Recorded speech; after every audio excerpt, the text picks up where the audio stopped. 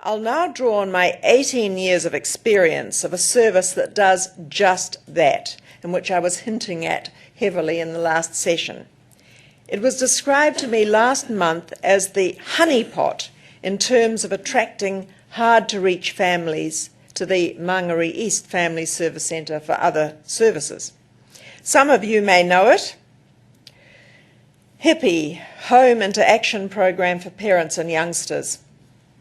It forms a core component of the 6 family service centres. It's also found in 21 other locations in New Zealand. That's 27 sites in all, and those are the locations. Some are privately funded, most are largely government funded, operated by a range of providers, iwi, faith-based, school-based, all with a contractual relationship with my foundation, Great Potentials. Now, in terms of ethnicity, that's the breakdown. 50% Maori, almost consistently year upon year, 21% Pacifica, 20% Pākehā, 9% other, a range of recent migrants and refugees.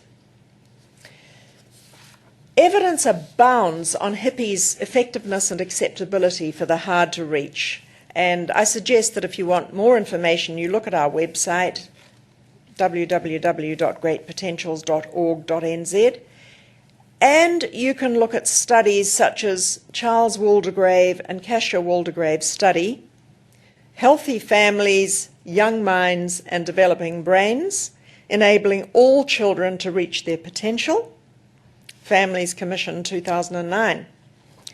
Now, I'll briefly explain what HIPPY is. It's a home-based program that helps parents create learning experiences for their children that lay the foundation for success in school and later life. And as we heard in earlier sessions, it is success in school and later life that is the most potent means to break the cycle of intergenerational transmission of disadvantage.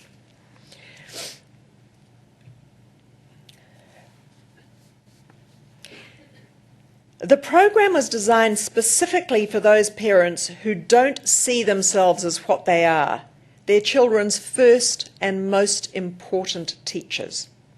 Now, that's hardly surprising in this age where the message, both explicit and implicit, is that parents do not have a major role in their children's early education, but rather should hand them to those who've been formally qualified.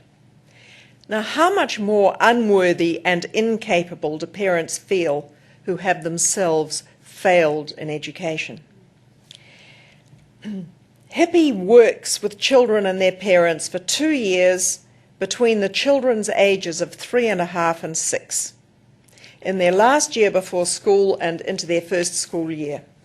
Families participate over 2 years. Some HIPPY parents are trained to work with other parents as paraprofessional tutors, as this woman Karen was.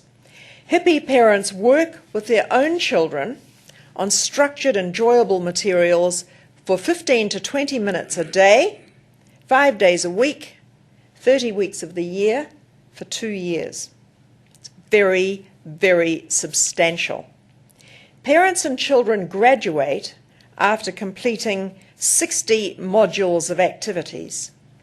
That's a mother and children in Otara taken just a couple of months ago.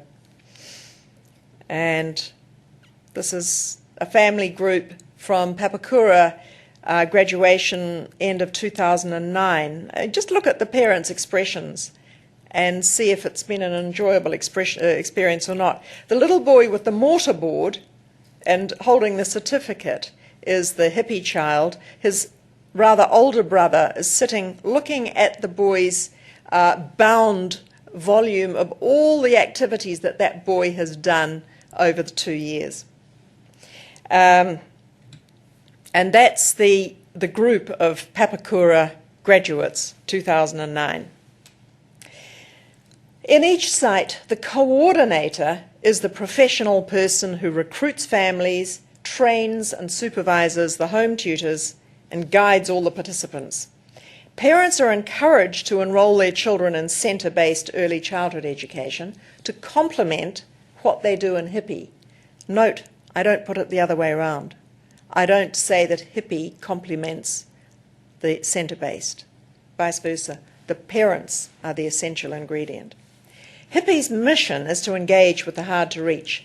Our coordinators door knock in the low socioeconomic status communities where we're located. They quickly make it clear that they're neither from the government nor are they missionaries, and they have a very high rate of success in terms of enrolment in hippie. Now, remember that hippie's been described as the honeypot, drawing families into services. And I must say that the man who described it as the honeypot is one who was profoundly sceptical and cynical when we started. And this is where he's come to after many years of experience. So ponder this for a minute. What are parents being offered here? It's not material goods. It's nothing that can be eaten or drunk or smoked or exchanged for goods. We're offering them a chance to work with their children for 2 years. Work! As I said, hippie's located only in the lowest SES areas. Many of the parents have multiple problems. They're burdened. Many have very little confidence, very little optimism. Many are dangerously isolated. Sometimes the hippie coordinator and tutor are the only outsiders they'll let into the house. And that's particularly true for some gang families. So what are we offering and why do they accept? Why do the great majority continue? What we're not offering is guiding them to be better parents. They do become better parents through the role modelling that is at the heart of hippie, but they do not feel that their parenting is being targeted. We are offering them a chance to help their children succeed at school. Typically, success at school is something unfamiliar to them. Often their own school experiences were miserable. In a very short time, they realise that they're being offered a chance also to connect with their child in a way they may never have before. The child sees that mother or father as a font of knowledge and stimulation. The parent sees the admiration and love in the child's eyes, so it's phenomenally potent. And then the child goes to school and the teacher asks the parent, "What have you been doing with this child? He's wonderful." And how potent is that? And that advantage persists. The evidence tells us we have good reason to believe that the effect of hippie on academic performance, retention in schooling, and the parent-child connection lasts throughout secondary schooling. That is the way the evidence is shaping. Check our website. We recently produced a book called Evening Up the Odds, which is the story of 18 young people who completed hippie with their parents between 1992 and 1998. And I can tell you that in terms of the last presentation we heard on intergenerational transmission, this ticks all the boxes. These young people have an internal locus of control. They've been guided towards working with their parents, persisting in the activities, not being cheaply praised for very little, but having to complete, to persist, gain mastery. The materials are very carefully structured, very carefully calibrated, so that parents and children succeed at every step. Nobody is being asked to do something which is way beyond their capability, not at all. We want them to experience success, and they do.